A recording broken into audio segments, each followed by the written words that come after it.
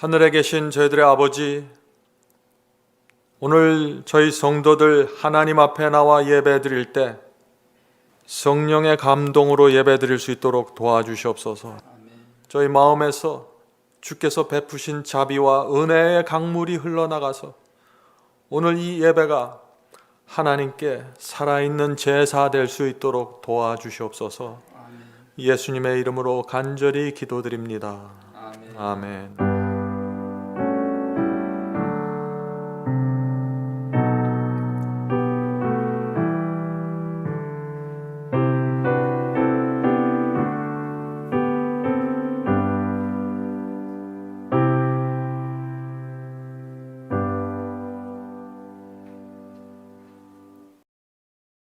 다 함께 찬송으로 하나님께 영광을 드리겠습니다.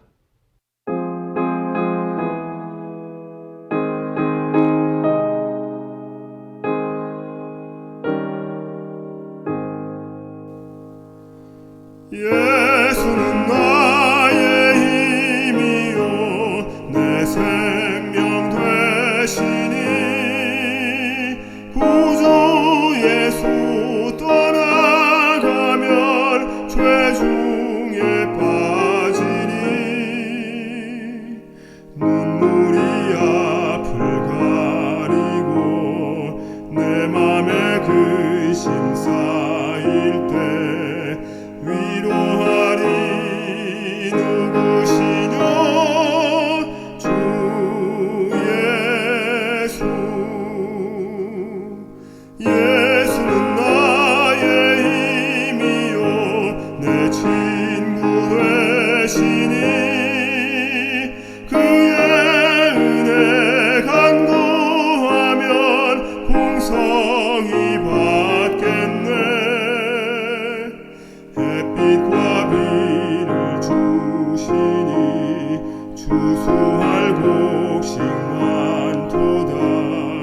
기쁜 열매 주시니는 주 예수. 예수는 나의 힘이요 내 소망 되시니 예수께서 재림할 때 곧 영생 얻으리. 한없는 복을 주시고 영원한 기쁨 주리니 나의 생명 나의 기쁨 주 예수.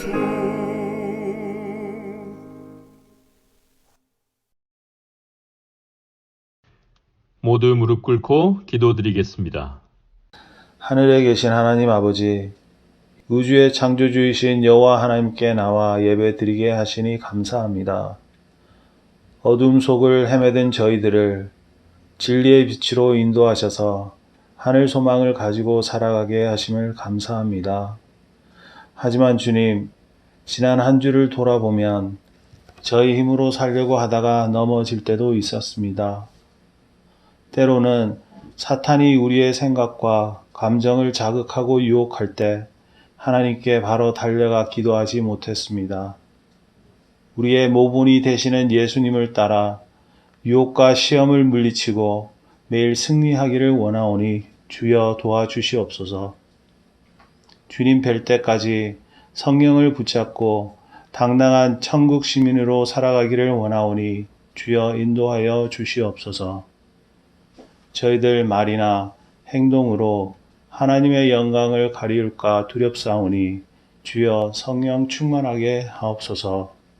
그리하여 우리의 간증과 믿음이 하나님과 사탄의 전쟁에서 큰 기쁨이 되게 하옵소서.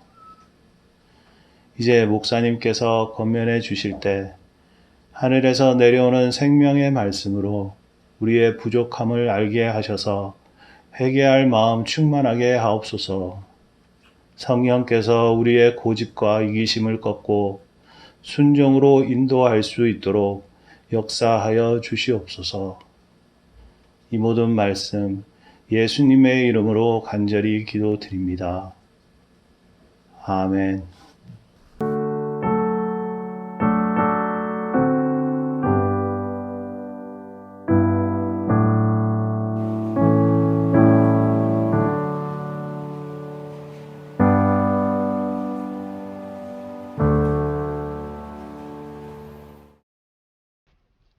이제 준비된 특별 찬양을 듣겠습니다. 특별 찬양을 들으신 후에 목사님께서 하나님의 말씀을 대언해 주시겠습니다.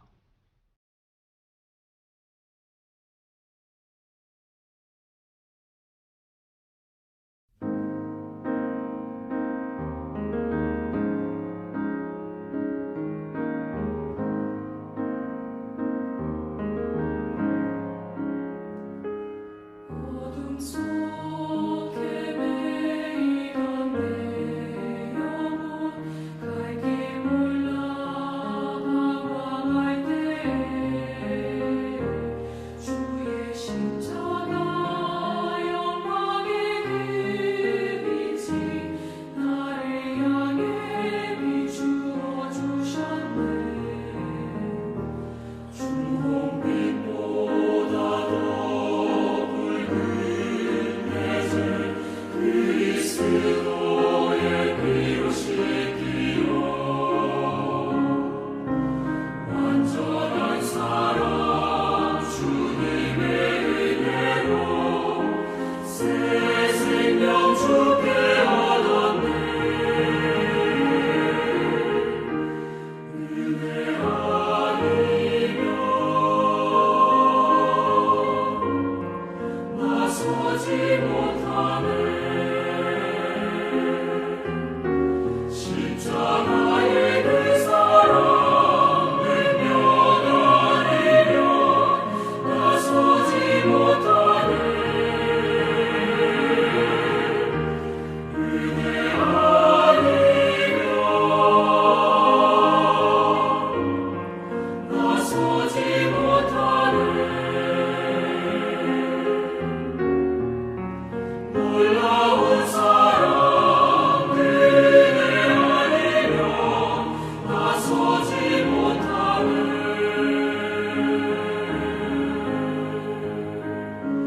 나의 노력과 의지가 아닌 오직 주님의 그 뜻 안에서 의로운 자라 내게 말씀하셨네. 완전하신 그 은혜로 은혜 아니면 나서지 못하네. 십자가의 그 사랑 능력 아니면 나서지 못하네. 은혜 아니면 나서지 못하네. 완전하신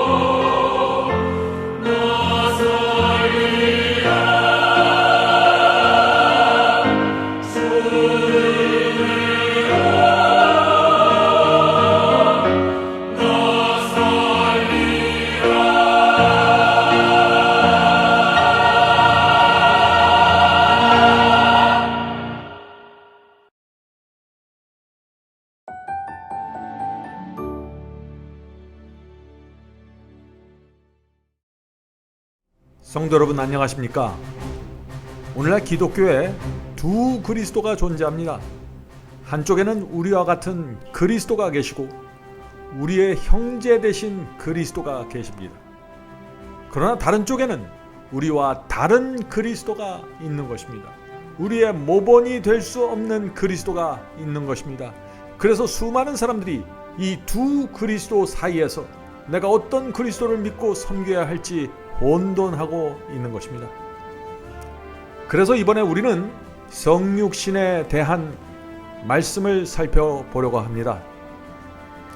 몇 개의 질문을 통해서 그리스도는 정말 어떤 분이었는지 우리가 말씀을 통해서 살펴볼 것입니다.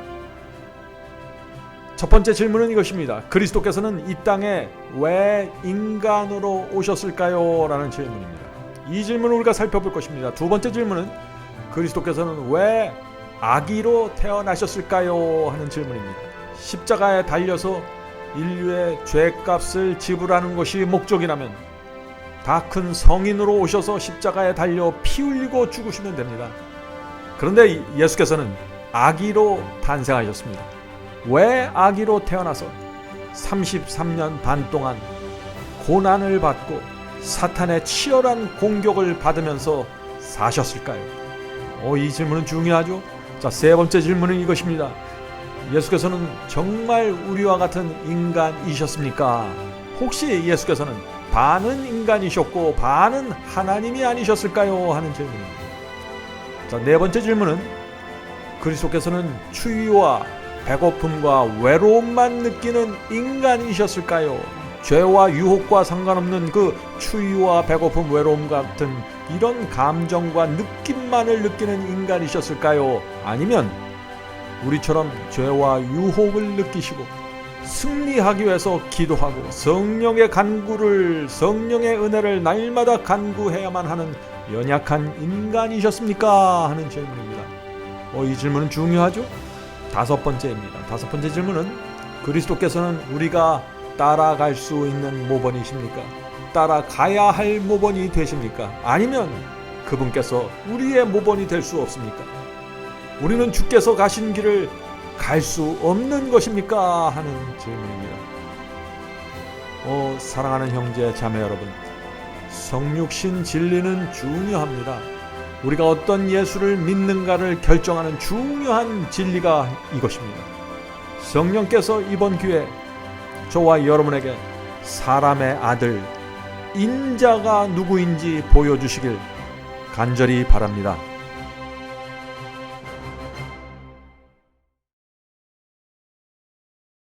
복음을 설명하기 전에 바울이 이 그리스도께서 인간이 되셔서 인간의 몸으로 이 땅에 오셨다는 사실을 선포하고 들어가는 것입니다.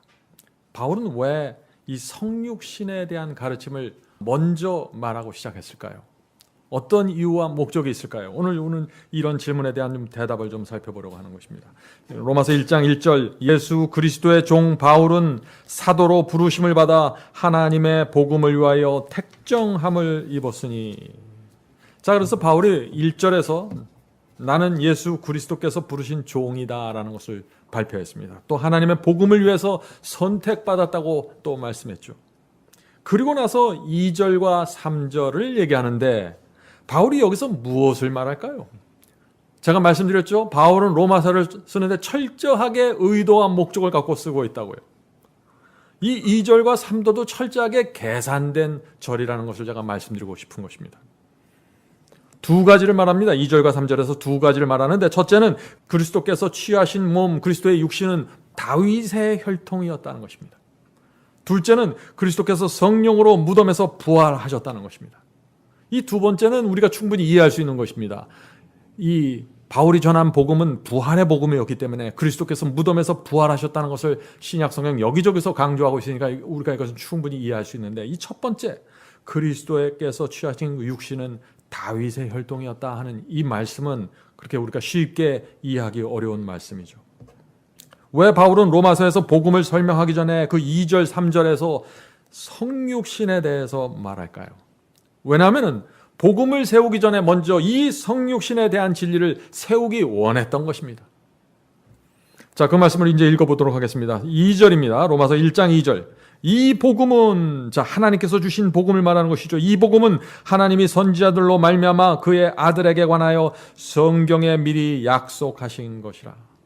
지금 바울이 로마 교회 교인들에게 무엇을 말하고 있나요? 나사렛 예수는 수많은 선지자들이 구약 성경에서 예언해 놓은 바로 그분이야 라고 말하고 있는 것입니다.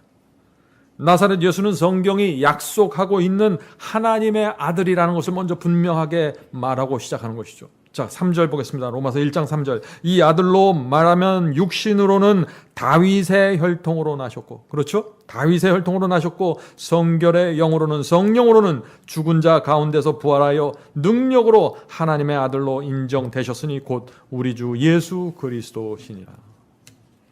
성도 여러분, 지금 바울이 그리스도를 어떻게 설명했습니까? 육신으로는 다윗의 혈통으로 나셨지만 성령으로 부활하신 그분은 하나님의 아들이라는 것입니다.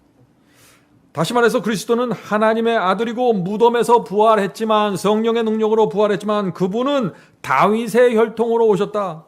우리와 같은 인간이라 하는 것입니다. 자, 우리가 좀 이것을 이해해야 됩니다. 바울이 복음을 설명하는 순서와 방법이 바로 이것입니다. 이 그리스도께서 다윗의 혈통에서 태어나셨다 하는 것이 무슨 뜻일까요? 두 가지 의미가 있습니다. 첫째는 예수께서 다윗의 혈통으로 태어났다 하는 것은 메시아의 족보에 대한 구약 성경의 예언을 정확히 성취시키면서 이 땅에 오셨다는 것이죠. 성경은 여러 곳에서 이 메시아가 다윗의 혈통으로 온다는 것을 말하고 있기 때문에 유대인들에게서 다윗의 혈통으로 왔다는 것은 메시아를 의미하는 것입니다. 나사렛 예수는 틀림없이 메시아라는 사실을 이제 못 받고 들어가는 것입니다. 두 번째는 다윗의 혈통으로 나셨다는 의미는 하나님의 아들이 인간의 몸으로 이 땅에 오셨다는 사실을 말하는 것입니다. 예수는 하나님의 아들이지만 동시에 그분은 사람의 유전자를 취하고 이 땅에 오셨다는 것입니다. 자, 우리가 생각을 해보죠. 아담과 하와가 창조되었을 때, 범죄하기 이전에 그들은 우리와 비교할 수 있었을까요? 우리와 비교할 수 없을 정도로 뛰어난 기능과 몸을 갖고 있었습니다. 그런데 예수께서 이 땅에 오셨을 때, 그리스도께서 이 땅에 오셨을 때는 언제입니까? 베들레헴에서 아기로 태어났을 때는 아담과 하와가 범죄한 이후 4,000년이 지났습니다. 그때 다윗의 족보로 이 땅에 오신 것입니다. 아주 연약한 몸으로 오신 것입니다. 성도 여러분, 이 그리스도께서 어떤 몸을 갖고 이 땅에 오셨다 하는 이 가르침은 복음의 중심에 박혀있는 진리입니다. 오늘 우리가 이것을 좀 살펴보려고 하는 것입니다. 이것을 정확하게 알면은 하나님의 사랑과 은혜가 얼마나 크고 깊은지 우리가 더 깊이 들여다볼 수 있게 되는 것입니다. 자, 왜 그럴까요? 왜 성육신의 진리가 하나님의 사랑과 은혜를 더 깊이 더 크게 우리에게 보여주는 진리일까요? 오늘 우리가 이 문제를 좀 살펴보려고 하는 것입니다. 그리스도께서 하늘에 계셨죠? 아담과 하와가 범죄한 이후 4,000년 동안 하늘에 계셨습니다. 그런데 때가 찹니다. 70주야 예언의 때가 차갑니다. 온 하늘은 아는 것입니다. 무엇을 할까요? 하나님의 아들 그리스도께서 이제 땅으로 내려가실 때가 되었구나 하는 거 아시는 것입니다. 이제 그리스도께서 마리아의 자궁 속으로 들어갈 때가 됐구나 아는 것입니다. 하늘을 떠날 때 그 하늘의 분위기가 어땠을까요? 여러분도 한번 상상해 보시기 바랍니다. 하나님과 모든 천사들이 성령께서 지구로 내려가서 한 여인의 자궁 속으로 들어가기 위해서 이 하늘을 떠나는 그리스도의 모습을 말이죠. 어떤 마음으로 배웅했을까요? 온 하늘은 알았습니다. 하나님의 아들이 이 땅에 오셔서 33년 반 동안 유대 광야의 먼지를 마셔야 됐고 배고픔과 바리새인들의 놀림과 무시를 받으면서 살아야 했다는 사실을 말이죠. 그것도 그 연약한 인간의 몸으로 받아내야 된다는 사실을 아는 것입니다. 그리고 결국에는 그리스도께서 발가 벗겨져서 십자가에 달려 피를 흘리고 죽어야만 인류의 구원의 길이 열린다는 사실을 하늘은 아는 것입니다. 하나님과 천사들이 성령께서 이 그리스도를 어떤 마음으로 이 땅에 보내셨을까요? 그리스도는 아담과 하와 범죄한 이후 4,000년이 지난 그 연약한 인간의 몸을 취하시고 이 땅에 사셔야 됐습니다. 그러면서도 단 하나의 죄를 범하면 안 되는 것입니다. 단 한 번이라도 사탄의 유혹과 시험에 쓰러지면 어떻게 될까요? 그 즉시 구세주의 자격을 잃어버리는 것입니다. 그것뿐만이 아닙니다. 하늘이 이 땅에 오는 순간부터 온 하늘의 천사들은 무엇을 봤을까요? 유대 땅에 집중되는 것입니다. 온 우주가 유대 땅에서 무엇이 일어나는지 지켜보는 것입니다. 단 한순간이라도 주님께서 사탄에게 굴복한다면 어떻게 될까요? 사탄이 승리하는 것입니다. 그렇게 되면 천사들은 하나님은 완전하다고 했는데 어떻게 사탄이 그리스도를 누르고 승리할 수 있을까? 어떻게 그리스도께서 사탄에게 굴복할 수 있을까? 이상하게 생각할 것입니다. 하나님의 완전하심과 권위가 의심을 받게 되는 것입니다. 우주의 질서는 깨어지게 되는 것입니다. 성도 여러분, 그리스도께서 감당하신 그 위험을 이해하셔야 됩니다. 엄청난 위험을 감수하고 이 땅에 오셨다는 것입니다. 예수께서 인간의 몸을 취하신 상태는 죄를 전혀 범할 수 없는 상태가 아닙니다. 죄를 범할 가능성이 없는 그런 상태로 오신 것이 아닙니다. 그러나 그런 상태로 자원해서 들어간 것입니다. 왜 그랬을까요? 그리스도께서 엄청난 위험을 감수하고 이 땅에 오셨다는 이 사실이 우리 마음에 새겨지면은 그때 우리는 전혀 다른 각도에서 하나님의 사랑과 은혜와 그분의 희생을 바라보게 되는 것입니다. 왜 하나님의 아들이 그런 위험을 감수해야만 했을까요? 그렇게 감수했던 이유와 목적이 있을 거 아니에요. 오늘 우리가 좀 그것을 살펴보려고 하는 것입니다. 왜 그렇게 하지 않으면 안 되었던 이유.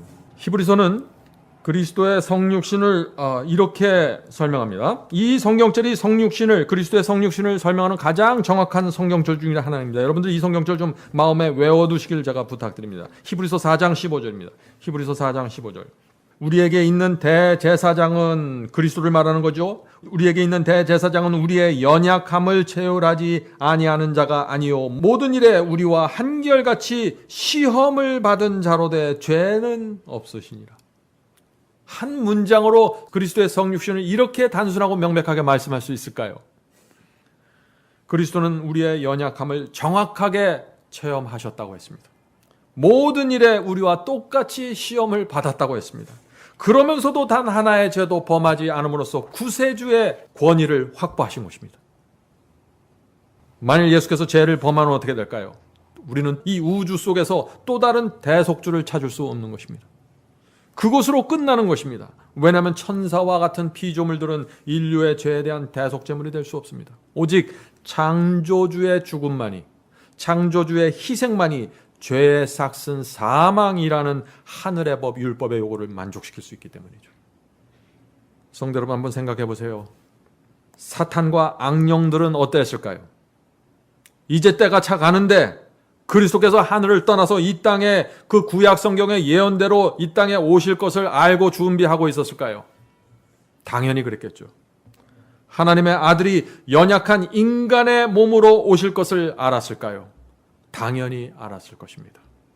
그것이 하나님과 사탄 사이에 벌어지는 전쟁의 중요한 이슈이기 때문에 모를 수가 없는 것이죠.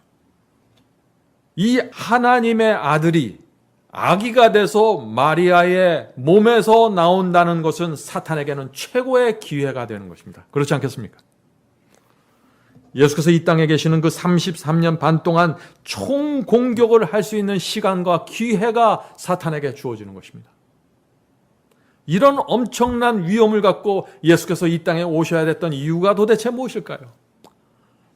저와 여러분을 구원하기 위해서는 그 방법밖에 없는 것입니다. 다른 방법이 없는 것이에요. 만일 예수께서 단 하나의 죄라도 범하면 지구를 구할 수 있는 구세주는 영원히 사라지게 되는 것입니다. 그러면 어떻게 되는 것일까요? 예수 그리스도의 재림도 없는 것입니다. 의인의 부활도 없는 것이에요. 사탄은 지구를 영원한 자기의 것으로 만들게 되는 것입니다. 그러므로 하나님의 아들이 이 땅에 오셨을 때 온 우주의 눈들은 유대 땅으로 집중될 수밖에 없었던 것이죠. 그래서 이 사탄이 아기 예수가 태어나는 순간부터 무서운 공격을 시작했던 것입니다. 여러분들 그 이야기를 잘 아시죠? 베들레헴에 있던 2살 이하의 남자애를 모두 죽이라는 명령이 내려진 이유가 바로 여기에 있는 것입니다. 자, 그런데 우리는 여기서 좀 중요한 질문을 좀 생각해 보아야 합니다.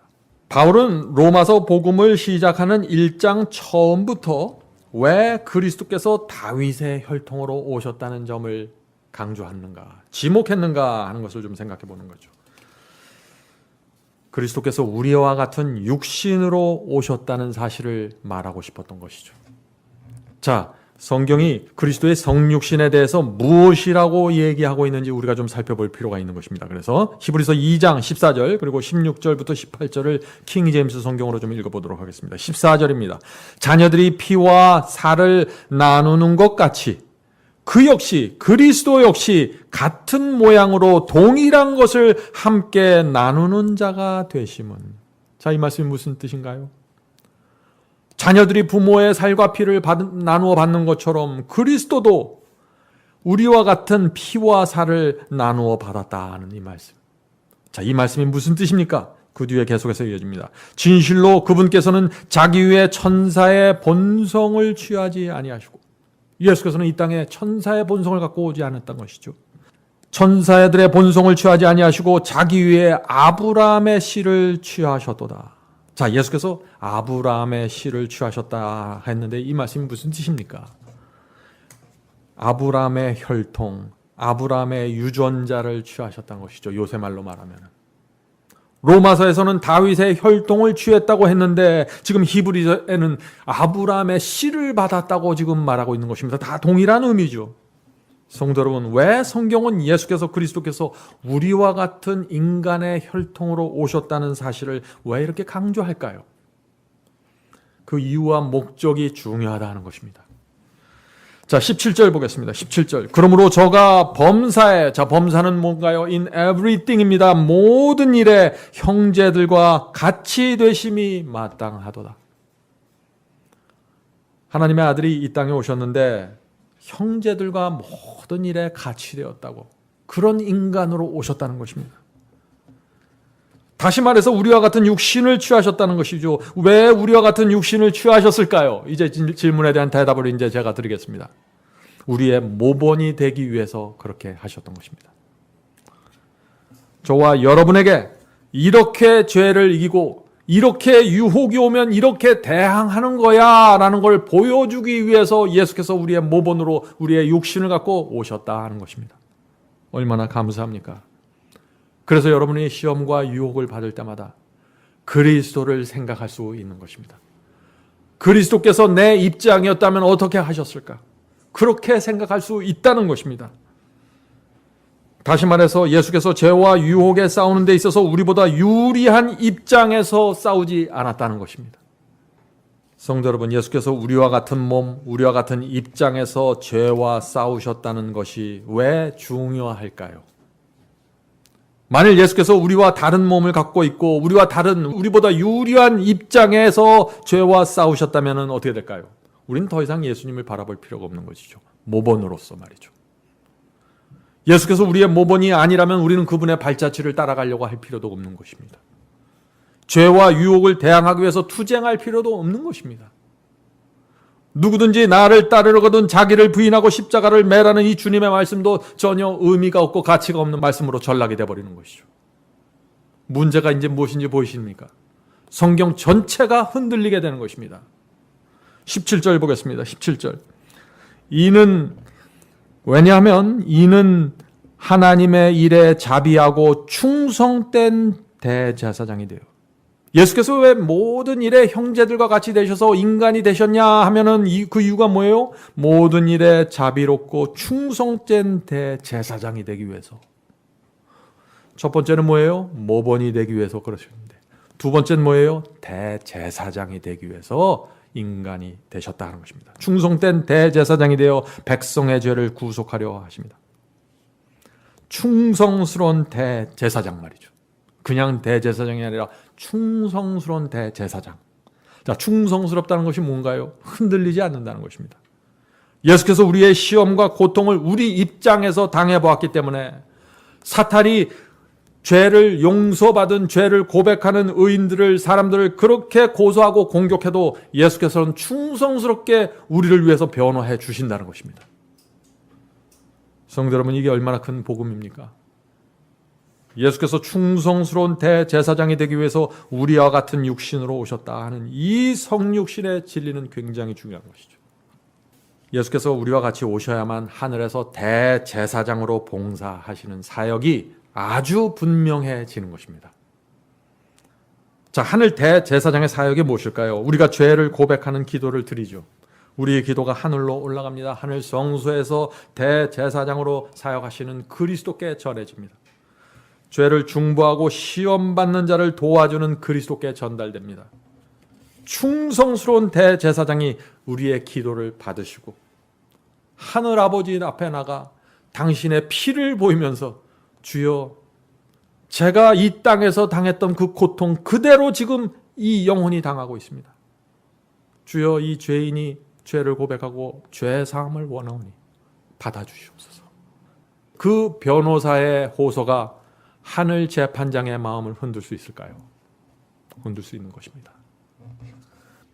우리와 같은 몸을 취하셨고 경험하셨기 때문에 우리를 도와주는 대제사장의 중보를 할 수 있다는 것입니다. 자, 그래서 18절이 이렇게 되는 것입니다. 18절, 자기가 시험을 받아 고난 당하셨은즉 즉 시험 받은 자들을 능히 도우시느니라. 얼마나 분명합니까? 예수께서 시험을 받아 고난 당했기 때문에 시험 받는 우리들을 능히 도와주실 수 있다는 것이죠. 내가 너를 알지. 그때 이런 느낌을 가졌지. 그때 이런 고뇌를 했었지 내가. 그래서 네가 이런 기도를 드리는지 내가 알고 있지. 그래서 예수께서 우리가 기도하기도 전에 우리의 마음을 아신다는 것입니다. 자, 히브리서 4장에서도 우리 히브리서 2장을 봤죠. 히브리서 4장에서도 그리스도의 성육신과 제사장의 직분을 연결시켜서 말하고 있습니다. 히브리서 4장 15절입니다. 히브리서 4장 15절. 우리에게 있는 대제사장은 우리의 연약함을 동정하지 아니하는 자가 아니요 모든 점에서 우리와 마찬가지로 시험을 받았지만 얼마나 분명한가요? 모든 점에서 우리처럼 시험과 유혹을 받았다. 바로 이것이 그리스도께서 우리와 같은 입장에서, 우리와 같은 고지에서, 우리와 같은 위치에서 죄와 싸우셨다는 뜻입니다. 자, 계속해서 읽어보죠. 우리와 마찬가지로 시험을 받으셨지만 죄는 없으신 분이요. 자, 여기가 바로 예수와 우리와 다른 점입니다. 우리 모두는 죄를 범했습니다. 그러나 예수께서는 우리와 같은 몸을 취하셨지만 단 하나의 죄도 범하지 않음으로써 구세주가 된 것이죠. 이것은 우리와 구세주가 전혀 다른 입장에 있는 것입니다. 죄를 범한 자와 단 하나의 죄도 범하지 않은 자의 차이 말이죠. 자, 계속해서 읽어보죠. 그러므로 우리가 긍휼하심을 받고 때를 따라 돕는 은혜를 얻기 위하여 은혜의 보좌에 담대히 나아갈 것이니라. 왜 우리가 은혜의 보좌에 담대히 나갈 수 있다고 했습니까? 그 이유가 어디에 있다고 했어요? 그리스도께서 우리의 연약함을 체휼했기 때문에. 그래서 우리가 주 앞에 나가 고백할 때마다, 죄를 고백할 때마다 우리를 불쌍히 여겨주시는 것입니다. 예수께서도 이 사탄의 공격 때문에, 시험과 유혹 때문에, 바리새인들의 공격 때문에 밤마다 나가서 울면서 기도했던 장면을 우리가 알 수 있지 않습니까? 주께서는 우리와 같은 입장에서 죄를 마주보고 사셨기 때문에 우리가 어떤 고민, 어떤 시험 당하는지 아신다 하는 것입니다. 성도 여러분, 예수께서도 우리와 같은 육신을 갖고 이 세상에 살면서 우리와 같은 시험과 유혹을 받았다 하는 이것이 우리에게 얼마나 큰 위로가 됩니까? 우리가 사탄의 공격을 받을 때 얼마나 힘든지 안다는 것입니다. 그래서 시험과 유혹을 받을 때마다 담대히 우리가 주 앞에 나가, 중보자 앞에 나가 도와달라고 간구할 수 있는 것입니다. 은혜를 주십시오. 능력을 주십시오. 2000년 전에 주께서 받으셨던 그 파워가 필요합니다. 이렇게 기도할 수 있는 것입니다. 성도 여러분, 바로 여기에 오늘날 기독교가 놓치고 있는 복음의 능력이 있다는 것입니다. 이것을 놓쳐버렸어요. 예수께서 우리의 모본이 되신다는 이 진리가 무너지면서 성도의 승리가 사라졌습니다. 강조점이 사라졌어요. 죄인의 기도를 자비와 불쌍히 여기심으로 받는다는 그 하늘 대제사장의 마음과 동정과 은혜가 사라져버리고 말았습니다. 그래서 십자가에서 구원이 다 이루었다. 십자가만 믿으면 그냥 구원받는 것이다. 한번 회개하고 구원받으면 더 이상 흔들리지 않는다. 이런 이상한 복음들이 기독교 안으로 쏟아져 들어오게 된 것이죠. 성도 여러분, 그리스도의 성육신의 그 이 진리가 얼마나 중요한 가치를 갖고 있는지 여러분들 보이십니까? 제가 한 말씀을 좀 읽어드리겠습니다. Life of Jesus 49페이지입니다. Life of Jesus 49페이지. 아담이 에덴에서 죄를 짓지 않았을 때라도 하나님의 아들이 인성을 취하시는 것은 거의 무한한 굴욕이 되었을 것이다. 자, 이 말씀이 무슨 뜻입니까?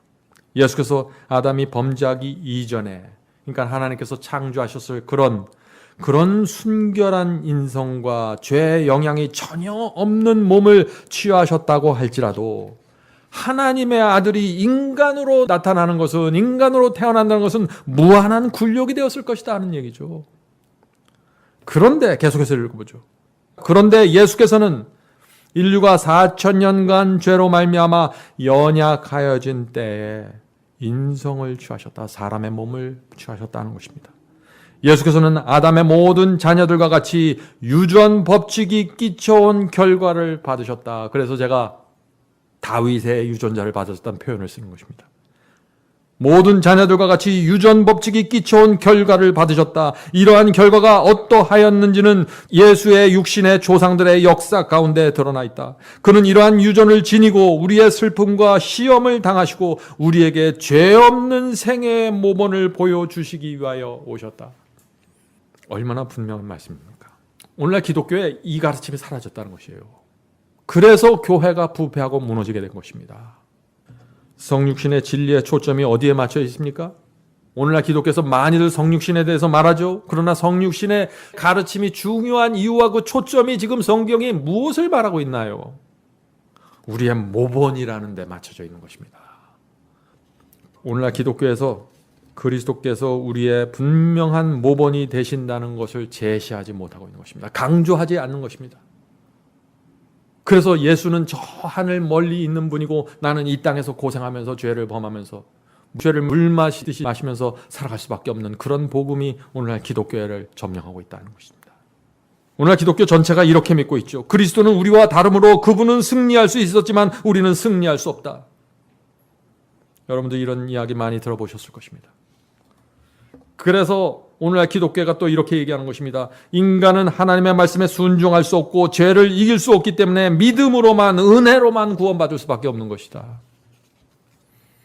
이런 가르침이 기독교를 뒤덮고 있는 것이죠.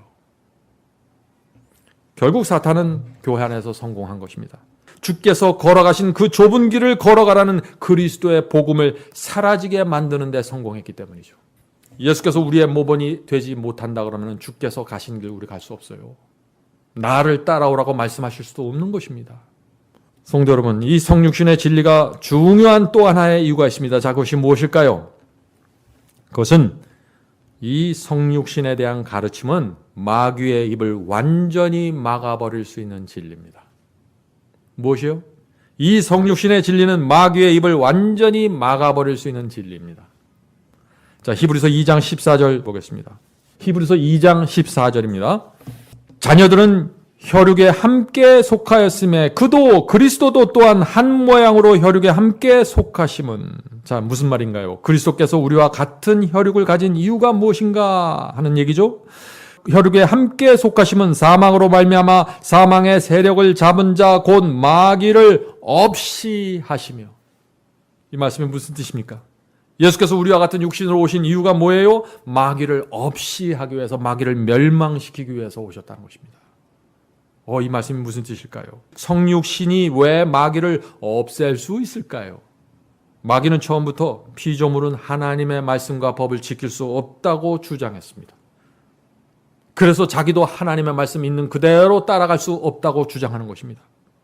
마귀는 이렇게 주장하는 것입니다. 하나님, 나도 피조물인데 하나님의 말씀에 순종할 수 없습니다.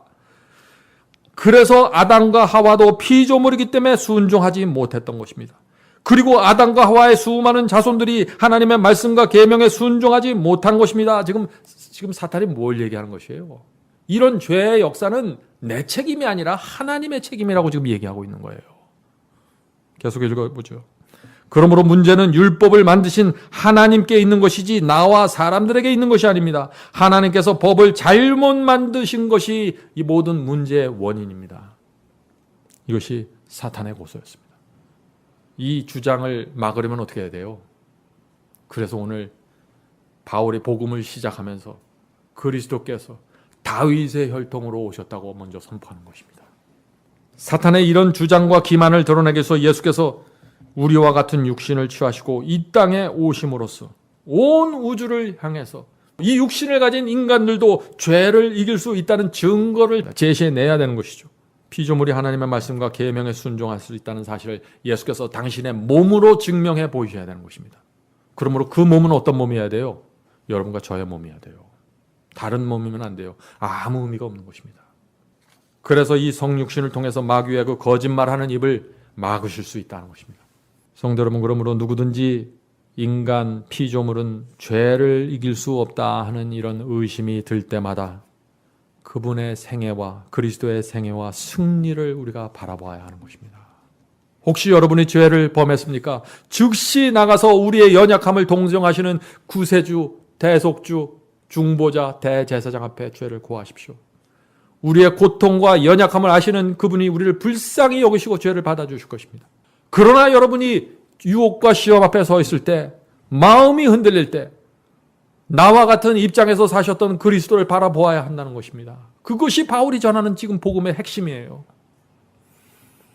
성경이 그리스도의 이 투쟁과 삶을 어떻게 말하는지 잘 들어보시기 바라요. 이 겟세마네 동산에서 예수께서 드리셨던 이 기도를 한번 보시기 바랍니다. 마태복음 26장 38절부터 39절입니다. 마태복음 26장 38절 39절. 이에 말씀하시되 내 마음이 심히 고민하여 죽게 되었으며. 자, 이제 십자가로 가야 되는 것입니다. 겟세마네 동산입니다. 너무나 괴로운 것입니다. 인간이시기 때문에 괴로운 것이죠. 계속해서 읽어보죠. 너희는 여기 머물러 나와 함께 깨어 있으라 하시고 조금 나가서 얼굴을 땅에 대시고 엎드려 기도하여 가로사대 내 아버지여 만일 할만 하시거든 이 잔을 내게서 지나가게 하옵소서. 이 말씀이 무슨 뜻입니까? 예수님의 육신 속에서 올라오는 생각들은 십자가로 가고 싶지 않다는 것입니다. 예수께서 예수님의 몸속에서 올라오는 느낌과 감정은 가고 싶지 않다는 것입니다. 고난의 잔을 피하고 싶다는 것입니다. 그래서 이 잔을 내게 지나가게 하옵소서. 이런 기도를 하나님께 드리는 거예요. 하나님의 아들이. 지금 인간을 구하러 이 땅에 내려왔는데 무슨 얘기예요? 성육신이라는 얘기예요. 계속해서 읽어보죠. 이 잔을 내게서 지나가게 하옵소서. 그러나 나의 원대로 마옵시고 아버지의 원대로 하옵소서 하시고. 성도 여러분, 이것이 그리스도의 믿음입니다. 모본을 보여주시는 것입니다. 겟세마네 동산에서 그리스도의 육신 속에서 올라오는 욕망이 무엇이라고 했습니까? 두려움입니다. 이것을 피하고 싶다는 소원이었습니다. 그런데 그 예수께서 육신의 생각을 부인하고 육신에서 올라오는 느낌을 부인하고 내 몸을 쳐서 복종시키고 하늘 아버지의 뜻대로 해달라고 기도했던 것입니다. 바로 여기에 우리가 가야 될 신앙의 모본이 있다는 것입니다. 이것이 바울의 복음이에요. 자, 히브리서 5장 7절부터 10절을 보겠습니다. 예수께서 어떤 생애를 사셨는지 잘 보세요. 히브리서 5장 7절부터 10절. 그는 그리스도죠. 그리스도는 육체에 계실 때 자기를 죽음에서 능히 구원하실 이에게 심한 통곡과 눈물로 간구와 소원을 올렸고 그의 경외하심을 인하여 들으심을 얻었느니라. 성도 여러분, 이것이 인간 예수의 모습이었습니다. 오히려 우리보다도 더 간절하게 매달린 그리스도의 모습이 여기 나타나지 않습니까? 예수께서 심한 통곡과 눈물로 기도하셨고 소원을 아뢰셨다는 이 말씀 속에 바로 그리스도의 사랑과 희생이 담겨져 있는 것입니다. 이렇게 하실 필요가 전혀 없는 분이 통곡과 눈물을 흘리면서 이 땅을 33년 동안 살았던 것입니다. 오늘날 많은 사람들이 십자가의 사랑과 희생을 얘기하죠. 십자가의 사랑과 희생은 단 몇 시간 동안 나타났던 것이에요. 그러나 그리스도께서 성육신 하셨다는 이 진리는 33년 동안 단 1초도 단 하루도 거침이 없이 넘어감이 없이 계속해서 지속되면서 우리에게 외치고 있는 것입니다. 하나님의 마음과 사랑과 은혜가 무엇이라는 사실을 우리가 보여주고 있는 것이죠. 우리가 걸어가야 할 그 길을 보여주기 위해서 우리와 같은 입장으로 내려오셔서 우리와 같은 몸을 갖고 사신 것입니다. 이것이 사랑이고 은혜입니다. 성육신에 대한 진리가 아니면은 우리가 어디서 이런 주님의 사랑과 은혜를 깨달을 수 있을까요? 자, 계속해서 읽겠습니다. 히브리서 5장 8절입니다. 그가 아들이시라도 받으신 고난으로 순종함을 배워서. 저는 제가 처음 이 말씀을 읽었을 때 이거 성경절 제대로 번역이 된 거야 하고 놀랐어요. 하나님의 아들인데 고난을 통해서 순종을 배웠다는 게 이게 도대체 무슨 말씀이에요? 예수님의 순종은 로봇처럼 자동적이고 당연한 것이 아니었다는 것입니다. 고난을 통해서 순종을 배우셨어요. 모본입니다. 이 말씀 속에 그리스도의 고뇌가 담겨져 있는 것이에요. 이것이 그리스도의 사랑과 은혜가 아니면 무엇입니까? 성육신에 대한 진리 속에 하나님의 은혜와 사랑이 깊이 새겨져 있는 것입니다. 여러분들 이것을 놓치면 안 돼요. 은혜와 사랑은 십자가에만 있는 것이 아니에요. 많은 사람들이 그 십자가에 달렸던 몇 시간 속에 있는 그 그리스도의 육신적인 고통, 가시관, 손발에 박힌 못, 이것만 생각하는데 그게 다가 아니에요. 그것보다 훨씬 더 크고 깊은 진리가 예수님의 생애 속에 담겨져 있는 것입니다. 그리스도의 생애 하루하루가 은혜였고 희생이었고 사랑을 외치고 있는 것이죠. 성육신에 대한 진리를 알아야 예수님의 생애가 보이는 것입니다. 자, 계속해서 읽어보죠. 히브리서 5장 8절입니다. 그가 아들이시라도 받으신 고난으로 순종함을 배워서 온전하게 되었은즉 자기를 순종하는 모든 자에게 영원한 구원의 근원이 되시고 하나님께 멜기세덱의 반차를 쫓은 대제사장이라 칭하심을 받았느니라. 성도 여러분, 주께서 하늘 대제사장으로 칭함을 받을 수 있었던 이유와 근거가 어디예요? 성육신입니다. 이 예수께서 육신으로 이 땅에 오셔서 살아보셨기 때문에 우리가 기도할 때 우리가 하늘 대제사장 앞에 은혜의 보좌 앞에 담대히 나갈 수 있는 것입니다. 나가면서 여러분들 이렇게 생각하셔요. 하나님은 지금 내 고통을 아십니다. 하나님은 내 고민을 아십니다. 이 시험의 실체를 주께서는 아십니다. 이런 마음으로 기도드릴 때 그 기도가 하늘에 상달되는 것입니다. 그리스도의 마음과 내 마음이 하나로 연결되는 것이에요. 그래서 그리스도의 성육신은 황금줄과 같은 진리예요. 하늘과 땅을 연결하는 말이죠. 성도 여러분, 예수께서 왜 아기로 태어나서 이 땅에 오셔야만 했을까요? 예수께서 우리의 모본이 되실 필요가 없었다면 성인으로 33살 된 성인으로 남자로 오셔서 이 땅에 잠깐 십자가에 매달렸다가 무덤 속에 들어갔다가 3일 만에 부활해서 하늘로 올라가면 되는데 그렇게 하셔도 우리 죄를 속하게 한 완전한 대속 제물이 될 수 있는 것입니다. 십자가에서 대속 제물이 이루어졌기 때문에. 그런데 아기 예수로 태어나셨어요.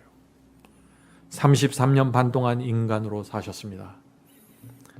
왜 아기로부터 어른으로 성장하는 모든 과정을 예수께서 보여주셔야만 했을까요? 당신을 따르는 성도들에게, 좁은 길을 통해서 나를 쫓아오는 성도들에게, 그리스도를 쫓아오는 성도들에게 모본을 보여주기 원하신 것입니다. 그리고 두 번째 목적은 하늘 성소의 대제사장으로서 성도들의 기도의 의미와 아픔을 이해하기 위해서, 그들을 위로하기 위해서 성육신을 하셨다는 것입니다. 우리가 이런 사랑과 희생을 이해할 수 있을까요?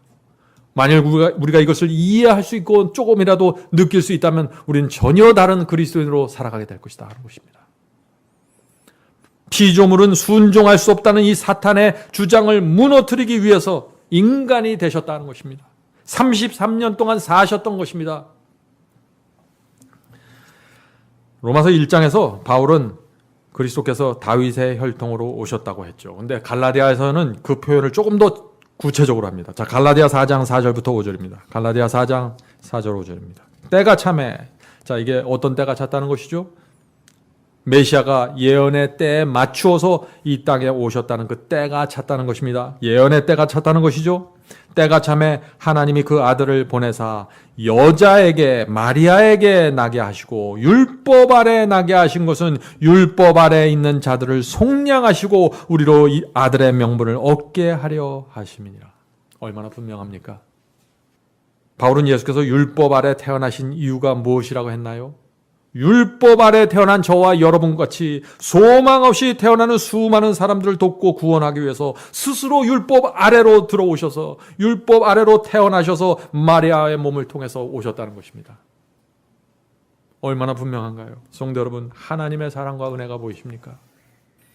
성육신은 단순한 교리가 아니에요. 이 성육신 속에는 하나님의 마음 전체가 담겨져 있는 것입니다. 하나님과 사탄 사이에서 벌어지는 그 전쟁의, 우주 전쟁의 실체가 여기 담겨져 있는 것이에요. 그것을 보고 느껴야만 우리의 생애가 변화가 되는 것입니다. 그리스도께서 우리와 같은 육신을 가지셨다는 이 진리보다 더 위대한 사랑과 은혜를 우리가 찾을 수 있을까요? 자, 바울이 예수께서 율법 아래 태어났다고 했는데, 율법 아래 태어났다. 이 율법 아래라는 상태가 어떤 상태입니까? 스스로 율법을 지킬 수 없는 상태라는 것이에요. 내 노력과 내 의지로는 율법을 지킬 수 없는 상태가 율법 아래 태어나는 상태입니다. 기도해서 반드시 성령의 은혜를 받아야만 죄를 이길 수 있는 상태예요. 그것이 율법 아래 있는 상태입니다. 성령을 받아야만 유혹을 물리칠 수 있는 상태예요. 그것이 율법 아래입니다. 그래서 예수께서 이 땅에 오셔서 죽은 자를 살린 것도 예수님 자신의 능력이 아니라 성령의 능력이었고, 무리를 걸으셨던 것도 예수님 스스로의 능력이 아니라 성령의 능력이었고, 문둥병자를 고쳤던 것도 예수님의 스스로의 능력이 아니라 하늘의 능력을 받아서 했던 것입니다. 그래서 예수님의 제자들과 초대교회 성도들이 다락방에서 오순절 성령을 받았을 때 어떤 이적들이 생기기 시작했나요? 예수께서 이 땅에서 했던 모든 이적들이 그들에게 나타났던 것입니다. 방언뿐만이 아니죠. 죽은 자를 살렸어요, 사도들이. 안진뱅이를 일으켰습니다. 예수께서 이 땅에서 행했던 모든 기적이 그들에게 정확하게 임했던 것입니다. 왜 그럴까요? 그런 능력이 예수 스스로에게서 나오지 않았던 증거, 즉 바로 거기에 있는 것입니다. 하늘의 능력을 받아서 했다는 것이죠. 성도 여러분, 놀라운 사실은 이 그리스도의 성육신 진리가 바로 영을 분별하는 기준이라고 성경은 말하고 있다는 사실입니다. 이거 얼마나 충격적인 이야기인지 모르겠어요. 요한일서 4장 2절 보겠습니다. 요한일서 4장 2절. 하나님의 영은 이것으로 알지니 곧 예수께서 육체로 오신 것을 시인하는 영마다 하나님께 속한 것이요. 여러분은 예수께서 육체로 오셨다는 것을 시인하십니까? 그렇다면 여러분은 하나님께 속한 것입니다. 계속해서 읽어보죠. 예수를 시인하지 아니하는 영마다, 예수의 성육신을 시인하지 하는 영마다 하나님께 속한 것이 아니니 이것이 곧 적그리스도의 영이라. 성도 여러분, 예수께서 성육신 하셨다는 말만 해갖고 되는 게 아니에요. 그 성육신의 실체가 무엇인지를 정확하게 파헤치셔야지. 그 성육신의 실체가 히브리서에서 말하는, 로마서 1장에서 말하는 바로 그 말씀과 정확하게 일치해야 된다는 것이에요. 예수께서 육체로 오신 것을 시인하지 않은 영은 하나님께 속하지 않고 적그리스도의 영이다 하는 이 말씀은 얼마나 강력한 말씀입니까? 왜 사도 요한이 이런 엄청나게 강력한 표현을 지금 이 주제에 대고 적용하고 있을까요? 왜냐하면 예수께서 우리와 같은 육신을 취하지 않으셨다고 누군가 가르치면은 그 사람은 그리스도를 인류와 상관없는 분으로 만드는 사람이기 때문에 그런 것입니다. 예수의 몸과 우리 몸이 다르다고 말하는 것은 그 사람이 아무리 성육신이라는 그 교리적인 단어를 사용할지라도 아무 의미가 없다는 것이에요. 예수님의 몸과 우리 몸이 다르면 그분은 우리의 모본이 전혀 될 수 없는 것이다. 그죠? 그렇게 되면 하나님의 아들이 이 땅에 아기로 태어난 이유와 목적도 영원히 사라지는 것입니다. 사탄의 입을 막을 수도 없는 것이에요. 그래서 사탄이 중세기부터 천주교회를 통해서 이 성육신 진리를 무너뜨렸다는 것이 아닙니까? 제가 두 복음의 충돌에서 이 문제를 자세하게 말씀드렸죠, 역사적으로. 자, 요한에서 7절에도 그 말씀이 있습니다. 요한에서 7절입니다. 미혹하는 자가 세상에 많이 나왔으니, 자, 미혹하는 자가 세상에 많이 나왔다고 했는데 어떤 사람들일까요? 계속해서 읽어보죠. 미혹하는 자가 세상에 많이 나왔나니 이는 예수 그리스도께서 육체로 임하심을 부인하는 자라. 이것이 미혹하는 자요 적그리스도니.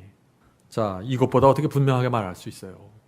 예수께서 육체로 임하셨다, 예수께서 우리와 같은 몸을 취하셨다, 이것을 부인하거나 인정하지 않는 어떤 가르침도 다 적그리스도의 영이라는 것입니다. 이미 사도 요한의 시대에 예수님은 우리와 다른 몸을 갖고 오셨다고 가르치는 미혹하는 영들이 있었다고 지금 경고하는 것이죠. 사도 시대에 나타났던 그 미혹하는 영이 중세기 천주교에 나타나서 그리스도의 육신을 우리와 전혀 다른 육신으로 만들어버렸습니다. 그리고 그 미혹하는 영이 말세 기독교 전체에 나타나서 지금 그리스도께서 우리의 모본이 되지 못하게 막고 있는 것입니다. 그리스도께서 충성스러운 대제사장이 되지 못하게 막고 있는 것입니다. 우리가 그것을 보지 못하게 막고 있는 것이에요. 성도 여러분, 미혹하는 영의 움직임 보이십니까? 성도 여러분, 바울은 로마서에서 그리스도를 우리의 맏형이라고 소개하고 있는 것입니다. 로마서 8장 29절에 있습니다. 로마서 8장 29절입니다. 이는 그리스도로 하여금 많은 형제 중에 맏아들이 되게 하려 하심이니라. 예수께서 맏아들이고 우리는 그 동생들이라는 얘기죠.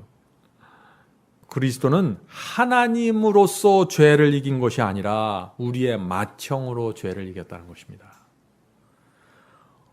우리의 맏형 때문에, 맏형이 되어주셨기 때문에 우리에게 승리할 수 있는 복음이 주어지게 되었다는 것입니다. 여러분들 아멘 하시겠습니까? 성육신의 이 가르침을 다룰 때 우리가 한 가지 좀 짚고 넘어가야 될 문제가 있습니다. 많은 사람들이 오해를 하기 때문에 제가 이걸 짚고 넘어가는 것입니다. 예수께서 취하신 육신은 틀림없이 우리와 같은 육신입니다. 그런데 예수께서는 성령으로 잉태하셨다고 했죠. 우리가 이 사실을 좀 놓치면 안 됩니다. 성령으로 잉태하셨어요. 그래서 그리스도의 마음은 하늘의 거룩한 마음이었습니다. 어떤 분들은 예수께서 우리와 같은 육신을 취하시며 그 마음도 죄로 오염되었다라고 말하는데 그것은 잘못된 생각입니다. 오해죠, 그거는. 예수님의 마음은 죄의 오염과 얼룩이 없는 순결한 마음이었습니다. 죄를 경험해 본 적이 없습니다. 또 예수님은 죄를 한 번도 범한 적이 없지만은 우리 마음에는 죄를 범한 많은 자국들이 남아있는 것이죠. 그것이 예수님과 우리의 차이라고 말하면 되는 것입니다. 그래서 성경은 이 차이를 극복하기 위해서 한 가지 방법을 제시하고 있는데 그것이 뭐예요? 그것이 거듭남입니다. 새 마음을 받으라는 것입니다. 빌립보서 2장 5절에 있죠. 너희 안에 이 마음을 품으라. 이는 그리스도 예수의 마음이니. 성도 여러분, 예수께서 성령으로 잉태하신 것처럼 육신을 가진 우리도 성령으로 다시 태어나야만 예수께서 걸으셨던 그 길을 따라갈 수 있다 하는 것입니다. 얼마나 분명합니까? 그리스도는 모든 사람의 모본이 되는 것은 아닙니다. 그래서 바리새인의 모본이 아니에요. 그리스도는 거듭난 자의 모본입니다. 예수 마음을 받은 자의 모본입니다. 몸과 마음과 생애를 하나님께 드린 자들의 모본이 되는 것입니다. 개신교의 저명한 신학자인 필립 샤프는 이 그리스도의 성육신에 대해서 아주 핵심을 찌르는 말씀을 남겨놨습니다. 자, 잘 들어보시기 바랍니다. 이런 얘기입니다. 그리스도께서 결코 죄를 범할 수 없는 상태로 태어났다면 그리스도는 참 인간이 아니고 우리가 따라가야 할 모본이 될 수 없다. 그렇죠? 정확하죠? 그렇게 될 경우에 그리스도께서 받은 시험들은 연극이 된다. 얼마나 분명한 말씀인가요? 예수께서 우리와 같은 인간이 아니었다면 모든 것은 연극이 되고 만다는 것입니다. 그리스도의 몸과 우리의 몸이 다르다면, 그리스도의 두뇌와 우리의 두뇌가 다르다면, 그리스도의 생애도 십자가의 희생도 모든 것이 그냥 삼류 드라마가 되어버린다는 것입니다.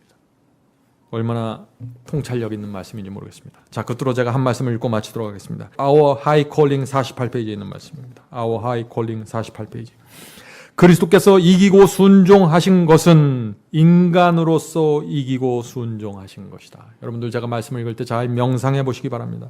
그리스도께서 이기고 순종하신 것은 인간으로서 이기고 순종하신 것이다. 주님의 성육신에 대한 잘못된 견해 때문에 많은 문제가 일어나고 있다. 그리스도께서는 우리가 사용할 수 없는 능력을 갖고 사탄과 싸우신 것이 아니다. 인간은 성령의 능력 없이는 사탄의 시험을 이길 수 없다.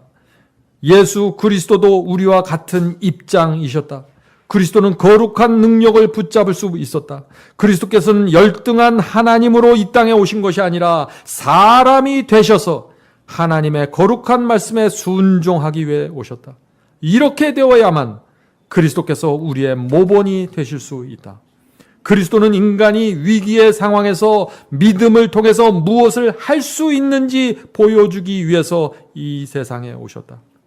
인간은 믿음을 통하여 거룩한 성품에 참여하는 자가 되며 우리를 애워싼 모든 시험을 이길 수 있다. 자, 베드로서 1장 4절의 말씀입니다. 이로써 그 보배롭고 지극히 큰 약속을 우리에게 주사 이 약속으로 말미암아 너희로 정욕을 인하여 세상에서 썩어질 것을 피하여 신의 성품에 참여하는 자가 되게 하려 하셨으니. 세상의 구주 예수께서는 인간이 하나님의 계명을 지킬 수 있는 동일한 방법으로만 하나님의 계명을 지킬 수 있으셨다. 하나님의 아들의 성육신은 우리에게 모든 것이 된다. 그것은 우리의 영혼을 하나님께 붙들어 매는 황금줄이다. 얼마나 감동적인 말씀입니까? 성경을 꿰뚫어보는 하나의 아름다운 문장 아닙니까? 성도 여러분, 바울은 로마서를 쓰기 전에 먼저 그리스도께서 다윗의 혈통으로 오셔서 승리하셨다는 것을 먼저 딱 제시하고 들어가는 것입니다. 이것이 바울이 복음을 전하는 순서이고 방법이라는 것을 우리가 잊지 말아야 됩니다. 왜 바울이 그렇게 복음을 전했을까 하는 그 이유를 우리가 오늘 살펴본 것이죠. 그리스도께서 우리의 모본이 되신다는 이 진리가 우리의 마음에 새겨진다면 저와 여러분의 신앙에 놀라운 혁명이 생기게 될 것입니다. 하늘의 능력과 연결된 그리스도인으로 살아가게 될 것입니다. 성령께서 부디 이 성육신의 진리에 새겨져 있는 하나님의 은혜와 사랑을 깊이 들여다볼 수 있게 해주길 제가 간절히 바랍니다. 하늘에 계신 저희들의 아버지, 저희가 주님을 따라갈 수 있다는 희망을 보여주셔서 감사합니다. 그리스도의 성육신의 진리 때문에 저희가 그것을 볼 수 있게 되었습니다. 감사합니다. 성육신의 진리가 우리의 눈을 뜨게 해서 하늘에서 내려오는 새로운 빛을 볼 수 있도록 도와주시옵소서. 인간 되신 예수께서 이 땅에서 당하신 고통들, 배고픔 고통, 외로운 고통, 십자가에 달린 희생과 사랑, 그 모든 것이 이 성육신의 가르침을 통해서 저에게 분명하게 다가오고 세워지게 되었습니다. 하나님의 사랑과 희생이 진짜였다는 것을 저희가 알 수 있게 도와주셔서 감사합니다. 저에게 성령을 보내주셔서 오늘 배운 이 복음의 기둥이 저의 마음에 세워질 수 있도록 도와주시옵소서. 더 이상 죄를 이길 수 없다는 이 기독교회 속에 떠도는 허망한 가르침들 속에 미혹되지 않도록 하여 주시고, 넓은 길을 걸으면서도 구원받을 수 있던 그 헛된 기대에서 저희가 이제 벗어날 수 있도록 도와주시옵소서. 그리스도께서 이 땅에 아기가 되셔서 오셨던 그 사실이 우리가 이 기독교회가 가지고 있는 헛된 복음을 꿰뚫어보는 빛이 되게 도와주시옵소서. 저희가 겸비한 심령으로 주 앞에 나가오니 진리를 가르쳐 주시고 보여주셔서 저희의 신앙 안에 새로운 혁명이 일어날 수 있도록 도와주시옵소서. 예수님의 이름으로 간절히 기도드립니다. 아멘.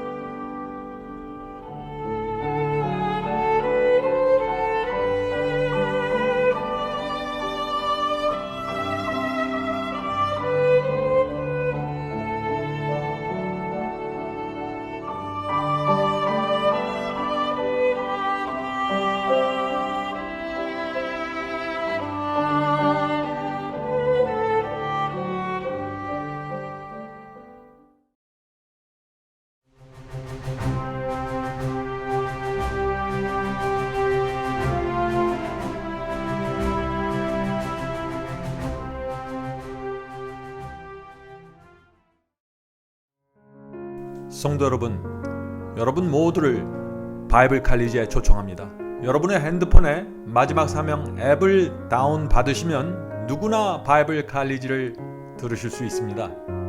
누구든지 원하는 시간에 오셔서 강의를 들으실 수 있습니다.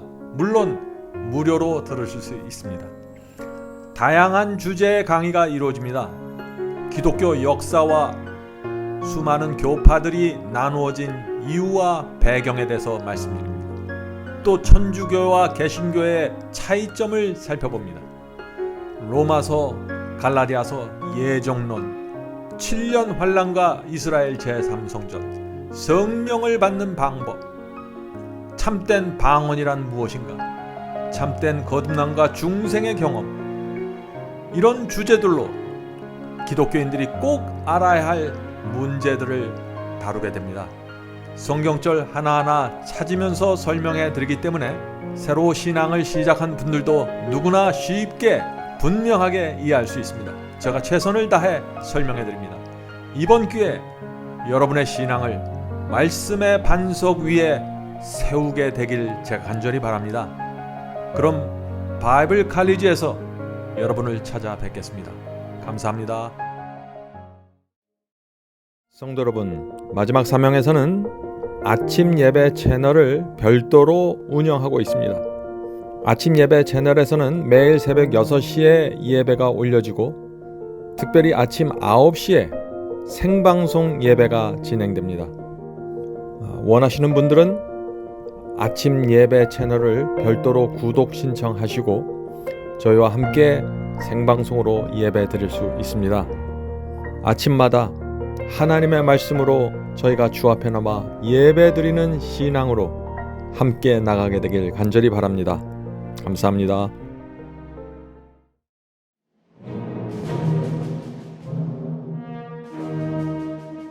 이것으로 오늘 예배를 마치겠습니다. 설교 말씀에 대한 감동이나 소감을 웹사이트 하단 게시판에 남겨주시면 감사하겠습니다. 사시는 지역 또는 나라와 함께 간증을 남겨주시면 우리 모두에게 큰 위로와 격려가 될 것입니다.